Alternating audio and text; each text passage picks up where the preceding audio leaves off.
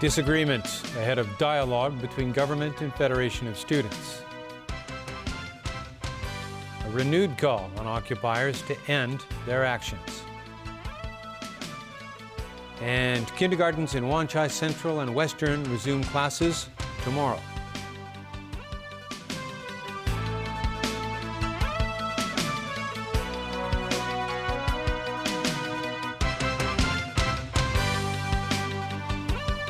Good evening. The government and the Federation of Students will be holding their first dialogue on political reform on Friday. But there are concerns over whether the talks can go ahead smoothly, with the two sides now bringing more disagreements to the public.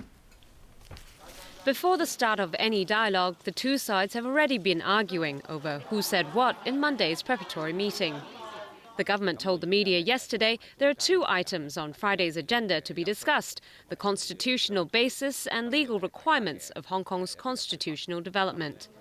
Afterwards, the student leaders told the media they were disappointed and angry with that agenda. Today, the Undersecretary for Constitutional and Mainland Affairs, who was at the preparatory meeting 2 days ago, said he was surprised that the students have reacted this way. We are very sincere to organize this meeting.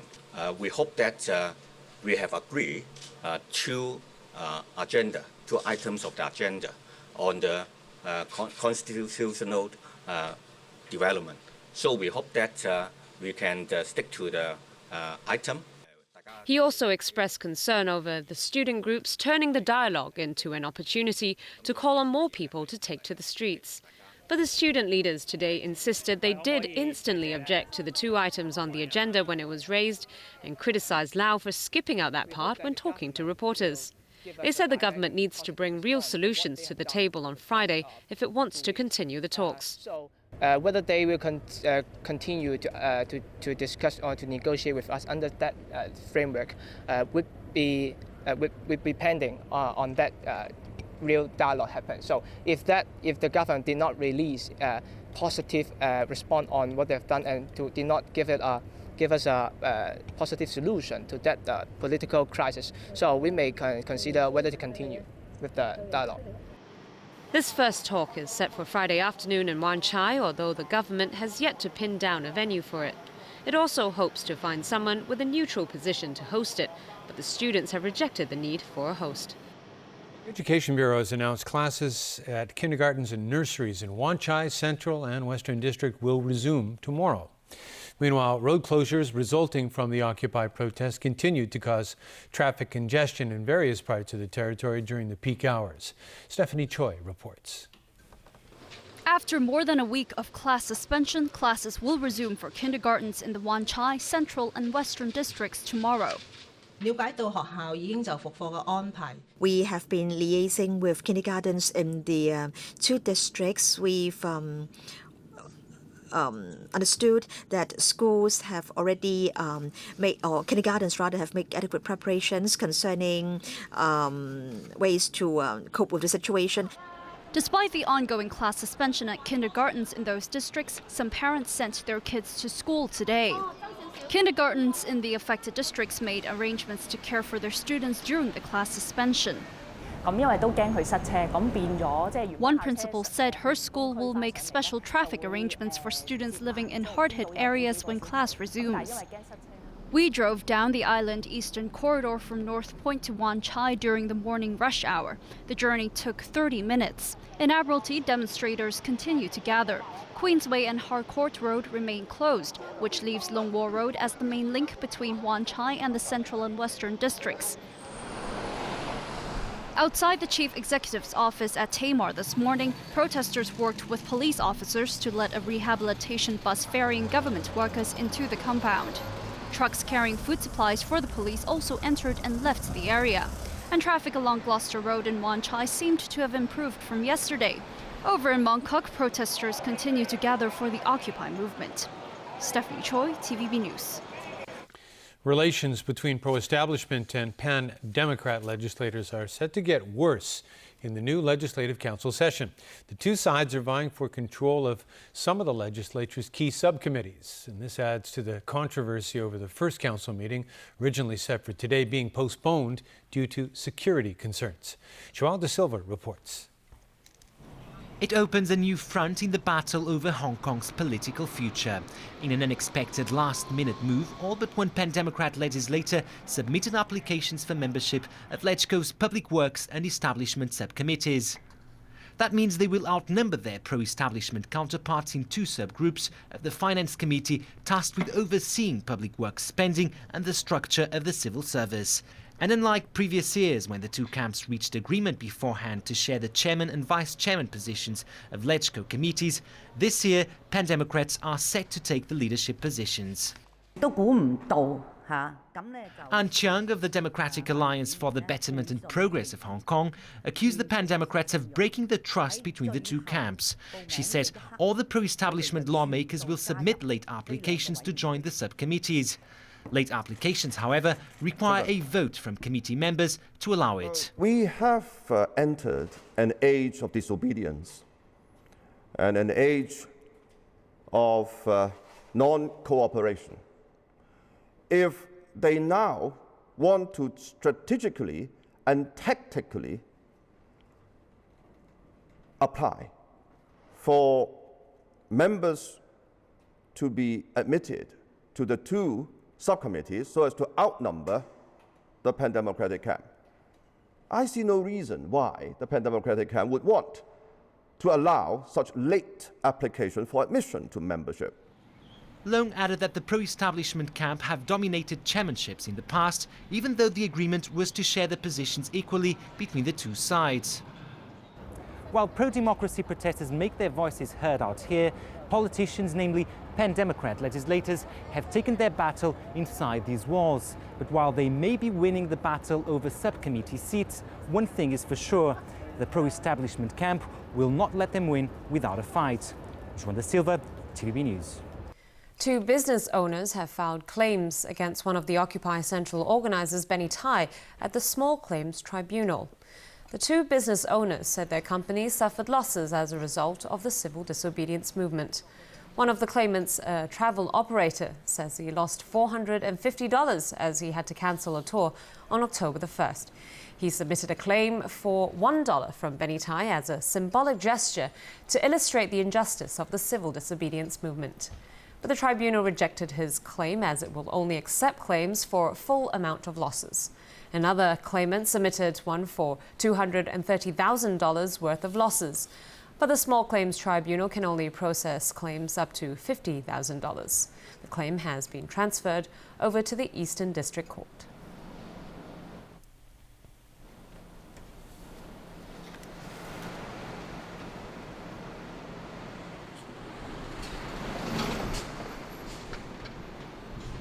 The Alliance for Peace and Democracy has urged Occupy protesters to stop their actions on the streets.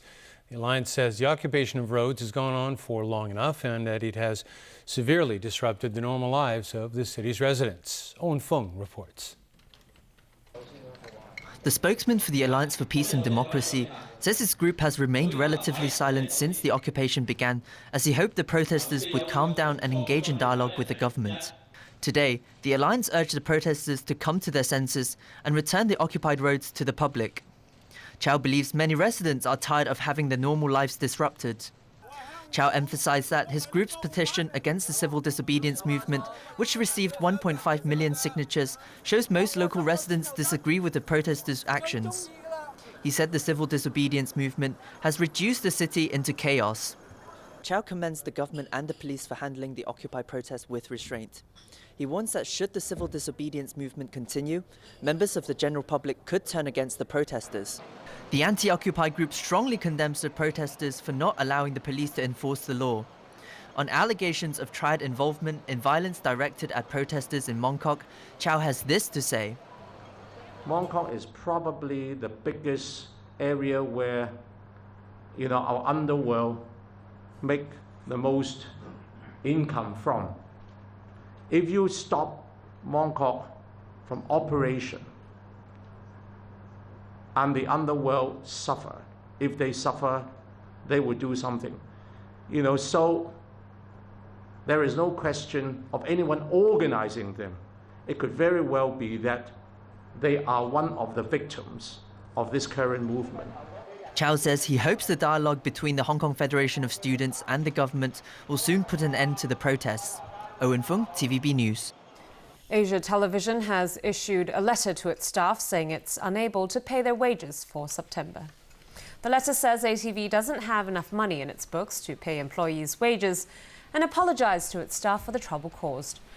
The free-to-air TV station says it has communicated with shareholders and potential moneylenders but has yet to collect enough funds.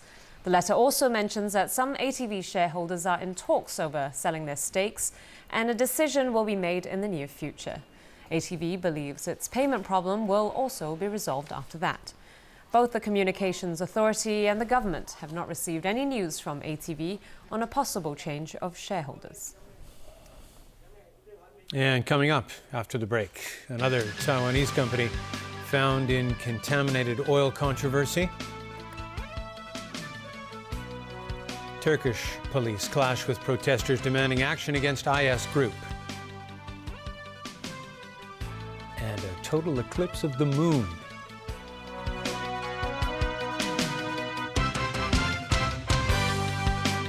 And that's why clouds have big, uneven, fluffy tops. The only way to research clouds is to get inside them. We've weighed a cloud. This is better than my normal lab. Tonight, Wingxi Photo Supply's 40th anniversary presents Operation Cloud Lab: Secrets of the Skies at 9:30 on Pearl.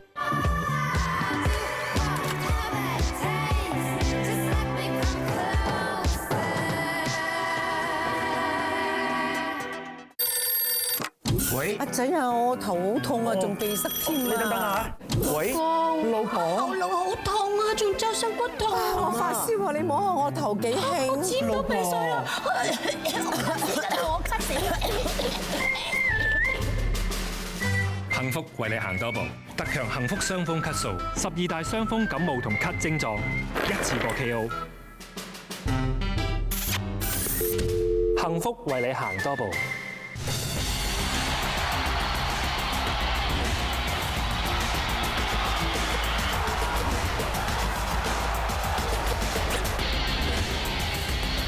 TVB fully supports the Hong Kong team at the HKFA Centennial Celebration match, Hong Kong versus Argentina.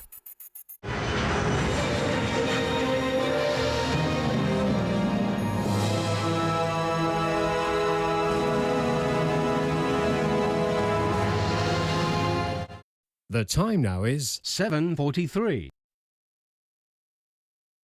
The time check was brought to you by Seiko.